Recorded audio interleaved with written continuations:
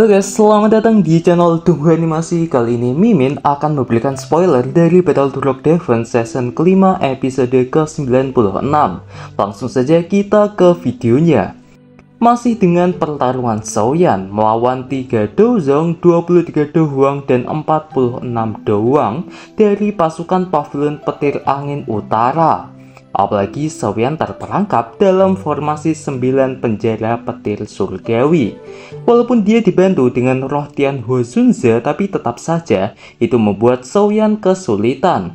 Apalagi jika ini berlangsung lebih lama lagi, kemungkinan Shaoyan akan kehabisan energi Daoqi, entah itu dirinya atau bahkan Tian Hozunze itu sendiri. Setelah tidak punya kesempatan lain dengan berbagai serangan dan teknik dari para tetua Pavilion Petir Angin yang menggunakan teknik Heaven Lightning Slash, akhirnya Shaoyan pun menggunakan Angry Budalatus Flame dengan 3 inti api.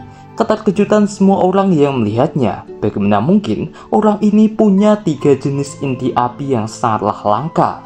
Punya 1 inti api saja itu sudah termasuk keberuntungan besar. Sebenarnya dari mana asal bocah ini? Itulah pertanyaan dari mereka yang melihat Shaoyan. Setelah teknik dari masing-masing kubu dilepaskan, ledakan besar pun terjadi. Semua orang yang melihatnya merinding ketakutan. Teratai api ini benar-benar sangatlah menakutkan. 3 tetua agung dari Pavilion Petir Angin sangatlah kesakitan mencoba untuk melawan teknik teratai api Shaoyan. Namun akhirnya mereka bertiga jatuh ke tahap yang menyedihkan. Mereka bertiga mengalami luka yang sangatlah parah akibat ledakan dari teknik Shaoyan itu. Bagaimana bisa Shaoyan yang hanya seorang Dohuang puncak namun bisa membuat faksi besar seperti Pavilion Petir Angin ketar-ketir? Dapat dianggap ini adalah kerugian yang sangatlah besar bagi mereka. Bukan cuma kekalahan namun juga rasa malu yang benar-benar membuat harga diri mereka hancur. Seorang pemuda dapat membuat Pavilion Petir Angin menderita. Bahkan kebanggaan mereka tentang formasi 9 penjara petir surgawi juga dihancurkan oleh Shaoyan. Banyak percakapan yang terjadi. Bahkan kerjasama 3 tetua dari Wind Lightning Pavilion dan penggunaan formasi 9 penjara surgawi petir tidak bisa menjebaknya. Shaoyan ini benar-benar terlalu menakutkan. Setelah melawan 3 tetua dari Wind Lightning Pavilion dan banyak ahli sendirian, kemungkinan nama Shaoyan akan menyebar ke seluruh wilayah utara dalam beberapa hari. Hahaha, sangat menyenangkan. Aku tidak menyanyiakan perjalanan kali ini. Pertempuran besar ini adalah yang paling hebat yang pernah aku lihat dalam hidupku. Sepertinya Shaoyan hampir tidak bisa menemukan lawan di antara generasi muda. Dikatakan bahwa Wind Lightning Pavilion juga memiliki Nona Feng Jing'er. Bakat pelatihannya dianggap sangat luar biasa dan merupakan pilihan sebagai kepala Pavilion Timur berikutnya. Aku ingin tahu apakah dia bisa melawan Shaoyan? Itulah percakapan dari orang-orang yang melihatnya. Sementara itu, Shaoyan di atas pun berkata, "Karena kalian telah memaksaku untuk turun tangan, kalian tidak dapat mengharapkanku untuk pergi dengan tangan kosong kan setelah menghabiskan banyak kekuatan untuk bertarung dengan kalian semua." Segera Shaoyan pun maju ke arah 3 tetua. 3 tetua pun berusaha untuk melarikan diri, namun Shaoyan dengan cepat merampas cincin penyimpanan mereka. Di dalamnya terdapat 3 gulungan yang mirip dengan gulungan yang didapatkan dari Chen Yun. Jelas bahwa ini adalah bagian dari teknik 3000 tubuh ilusi petir. Namun sayangnya 3 tetua itu berhasil untuk melarikan diri. Sebaliknya Shaoyan pun berniat untuk membunuh Hong Tianzhou terlebih dahulu. Hong Tianzhou saat ini masih sibuk bertarung dengan boneka iblis Shaoyan. Melihat 3 tetua Pavilion Petir yang melarikan diri, dia marah namun juga tidak bisa melarikan diri. Dalam pertempuran ini, Hong Tianzhou telah mampu untuk membuat boneka iblis itu terluka. Shaoyan pun menyusul segera untuk ikut menyerang Hong Tianzhou. Hong Tianzhou benar-benar berada di dalam situasi yang buruk dan sangatlah menyedihkan. Shaoyan juga marah karena bonekanya sedikit rusak karenanya. Hong Tianzhou memohon agar Shaoyan melepaskannya. "Adik Shaoyan, ini adalah dendam antara kamu dan Wind Lightning Pavilion. Ini tidak ada hubungannya denganku. Aku di sini karena dipaksa untuk ikut menyerangmu." Shaoyan pun menjawab, "Apa menurutmu aku akan mempercayaimu?" Hong Tianzhou berkata, Adik Soyan, klan Hongku memang salah. Selama kamu melepaskanku, aku akan bayar kerugian kepadamu apapun itu. Kompensasi, Soyan terdiam sebentar memikirkannya. Namun dalam pikiran Hong Tianso saat ini adalah untuk mengulur waktu baginya agar kekuatan roh dari tubuh Soyan habis. Dan Hong Tianso pun dapat membunuh Soyan. Apalagi dendam antara satu sama lainnya sangatlah sulit untuk diselesaikan hingga salah satu dari kita mati. Soyan kemudian berkata, karena senior Hong memiliki niat seperti itu. Sebelum Soyan menyelesaikan ucapannya, boneka iblis datang untuk memegang Hong Tianso. Hong Tianso marah dan mengumpat Soyan. Karena Soyan pun sudah tahu niat jahatnya, jadi Soyan pun tidak akan diam saja.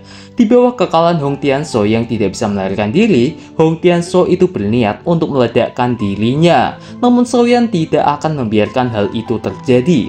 Segera Soyan pun memaksa untuk menarik jiwanya keluar dari tubuh Hong Tianso.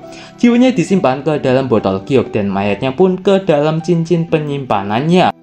Rencana Soyan di masa depan mungkin saja jika dia punya keberuntungan dia bisa membuat boneka iblis lagi yang mempunyai kekuatan Daozong dari tubuh dan roh jiwa ini.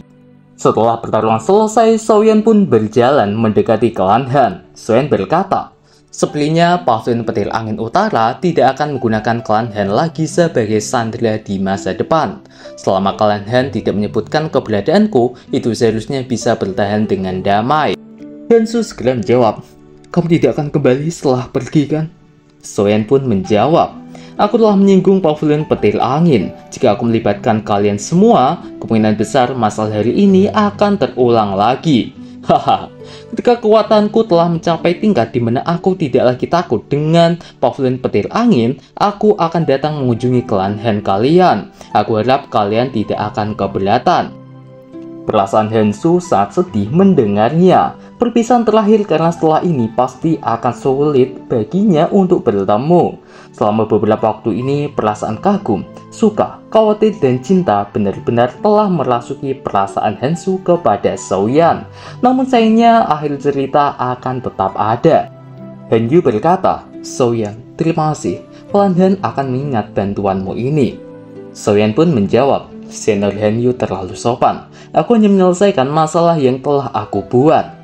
Bantu aku ucapkan selamat tinggal pada kakak Hancong dan yang lainnya. Kalian adalah kelompok teman pertama yang aku dapatkan setelah tiba di wilayah Central Plains. Semoga kita bisa bertemu lagi. Segera Soyan pun meninggalkan tempat ini dengan sangatlah cepat. Hansu menyaksikan Soyan yang perlahan menghilang di atas langit. Dia akhirnya tanpa sadar memeluk kakaknya Hanyu dan menangis. Sosok Han Fei buru-buru muncul di pintu masuk halaman. Namun ketika dia melihat Hansu yang menangis, dia hanya bisa menghela nafas. Tatapannya pun melihat ke langit yang jauh tempat Soyan pergi. Han Fei bergumam, teman kecil Soyan, klan Han akan menerima bantuanmu ini. Kami pasti akan membalas budimu di masa depan nanti jika kita memiliki kesempatan. Setelah Soyan pergi meninggalkan klan Han, sekarang Soyan berusaha untuk menyembuhkan luka dan mengisi kembali daukinya. Setelah pertarungan besar itu, Soyan membutuhkan waktu 3 hari untuk bisa kembali ke kondisi awal. Setelah itu, Soyan pun berusaha untuk menyelesaikan sisa jejak spiritual yang ditinggalkan oleh para tetua pavilion petir angin itu.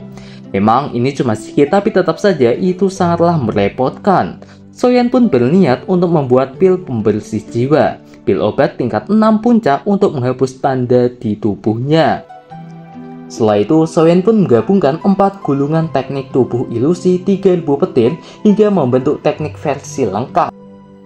Memang semua bagian dari teknik tubuh ilusi 3000 petir telah lengkap, namun terdapat masalah, yaitu Soyan tidak dapat memahami teknik tubuh ilusi 3000 petir itu karena ada kata kunci misterius yang tidak dapat Soyan tahu, dan kata kunci itu hanya diketahui oleh para murid dari pavilion petir angin. Sangat disayangkan sekali, tapi ya bagaimana lagi?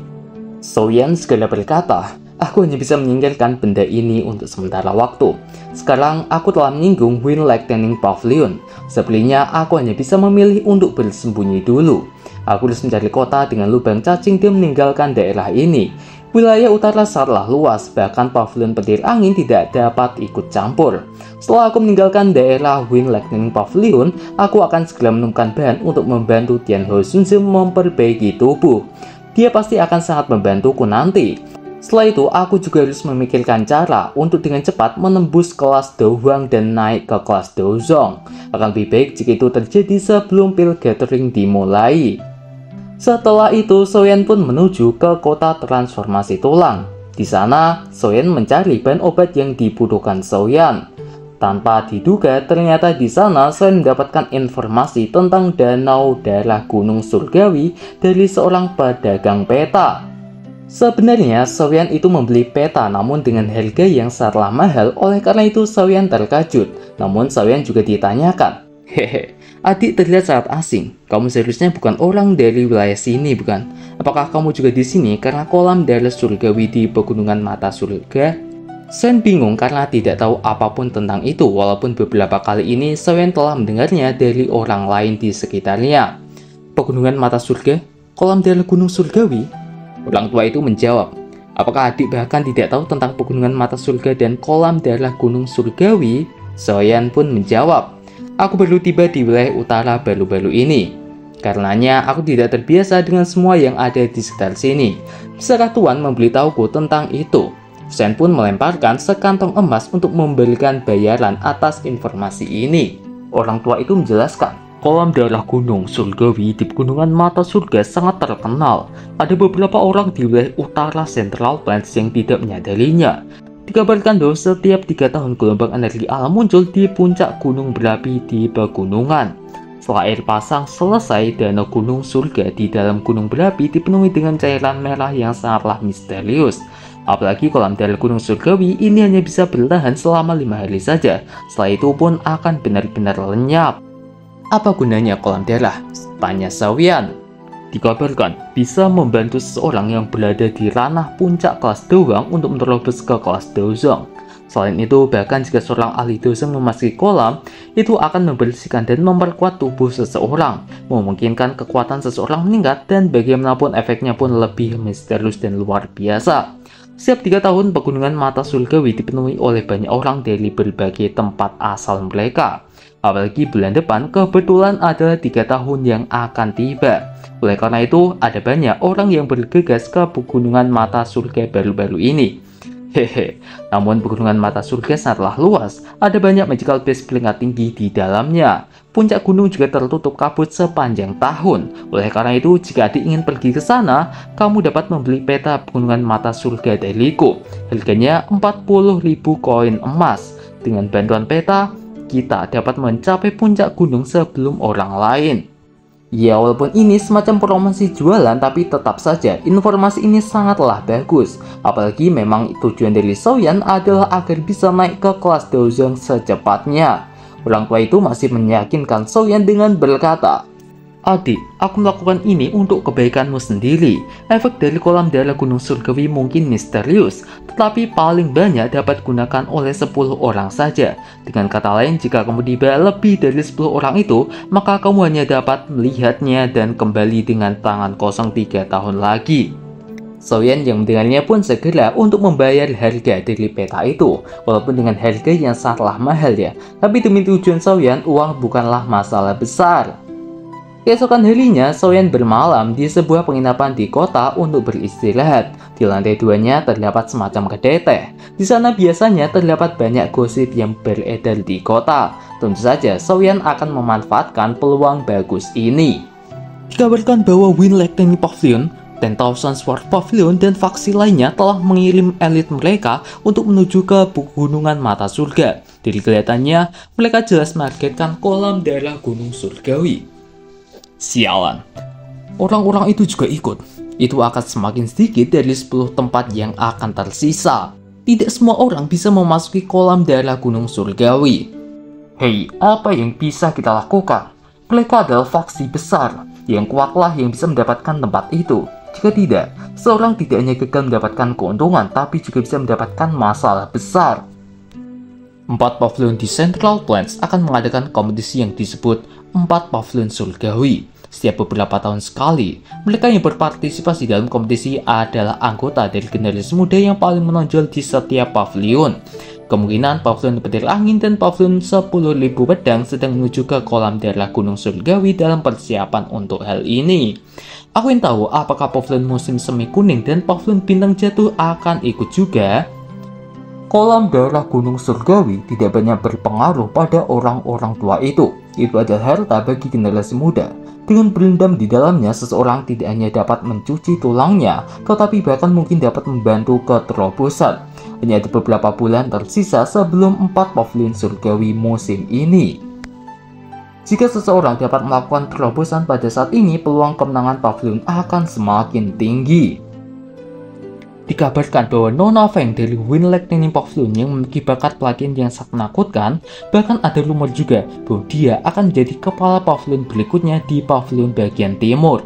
Selain itu, pavilion 10.000 pedang juga ada orang yang cukup kuat, namanya Tang Ying, yang dikenal sebagai pedang air mancur langit, menggunakan teknik pedang yang sangatlah misterius dan terampil. Ia bahkan mampu bertukar pukulan dengan beberapa ahli dari generasi yang lebih tua. Mereka bisa disebut sebagai generasi muda teratas di wilayah utara. Aku ingin tahu siapa yang akan menang jika mereka akhirnya bertemu dalam pertempuran. Kedua orang ini mungkin kuat, tapi mereka tampaknya sedikit lebih rendah jika dibandingkan dengan seorang bernama Souyan. Central Plains dipenuhi dengan bakat-bakat tersembunyi. Siapa yang berani menyebut dirinya yang terkuat? Apakah dia orang yang membunuh Chen Yun dari Wind Lightning Pavilion dan dengan paksa menghancurkan formasi 9 penjara petir surgawi yang telah disiapkan oleh 3 tetua itu? Hehe, itu benar. Kalian semua tidak melihat pertempuran besar di kota Tianbe saat itu kan? Itu sangatlah menarik. Orang itu tampaknya baru berusia 20-an tahun, tetapi kekuatannya benar-benar menakutkan. Dia mendalkan kekuatannya sendirian untuk melawan 3 dojo. Selain itu juga ditambah dengan leluhur klan Hong Tianzhou. Hong Tianzhou sayangnya mati di tangannya. Apakah bisa Nona Feng dan Tang Ying dibandingkan dengannya? Kamu tidak bisa mengatakan seperti ini. Meskipun Souyan sangatlah kuat, Nona Feng dan Tang Ying juga tidak lemah. Menurut apa yang aku tahu, Souyan menggunakan semacam teknik rahasia yang tidak diketahui saat itu untuk secara paksa meningkatkan kekuatannya. Jika tidak, dia akan sangat kesulitan melawan 3 dojo sekaligus. Souyan yang mendengarnya pun terkejut, bahkan berita tentangnya juga ikut tersebar di sini sekarang. Sesaat kemudian, datanglah seorang laki-laki tua yang ingin duduk di dekat Souyan. Namun tiba-tiba Tian Ho Shunze memperingati Souyan. Souyan, hati-hati, kekuatan orang ini sangat menakutkan. Setelah Souyan menyadarinya, orang tua itu berkata, "Kamu tidak takut dengan formasi 9 penjara petir surgawi yang dibentuk oleh 3 tetua dari Wind Lightning Pavilionku. Jangan bilang kalau kamu takut padaku." Orang-orang yang mendengarnya terkejut. Jangan bilang kalau dia adalah Souyan. Orang tua tadi segera memperkenalkan diri bahwa dia adalah Tian Lezi, Fei Tian, kepala pavilion dari pavilion petir angin utara. Souyan yang kaget segera menggunakan teknik gerakan digelebur petir karena panik dikejar olehnya. Souyan pun menyempatkan memukul Fei Tian dengan pedang besarnya itu. Pukulan itu juga mengandung inti api. Oleh karenanya, Fei Tian juga kaget. Ini memang inti api, namun aku tidak dapat mengetahui dari peringkat keberapa inti api ini. Segera Souyan melarikan diri keluar dengan teknik gerakan digelebur petir dan menggunakan sayap tulang ponixnya untuk pergi dengan cepat. By the way, keadaan Souyan sekarang itu benar-benar panik ya guys ya. Ya baiklah, saya cukupkan sampai sekian saja ya dengan spoiler dari saya tentang Battle Rock Devon season kelima episode ke-96. Ini adalah spoiler untuk episode minggu depan ya, dan saya jelaskan ini adalah kemungkinan terbesar bagi alur cerita untuk episode minggu depan. Baiklah, jika kalian suka jangan lupa dibantu like, subscribe, dan komen ya guys ya. Oke, baiklah, saya akhiri sampai di sini saja. Mohon maaf yang sebesar-besarnya jika ada kesalahan ucapan dalam penjelasan saya kali ini. Terima kasih yang sudah menyaksikan video ini dan sampai jumpa di video selanjutnya.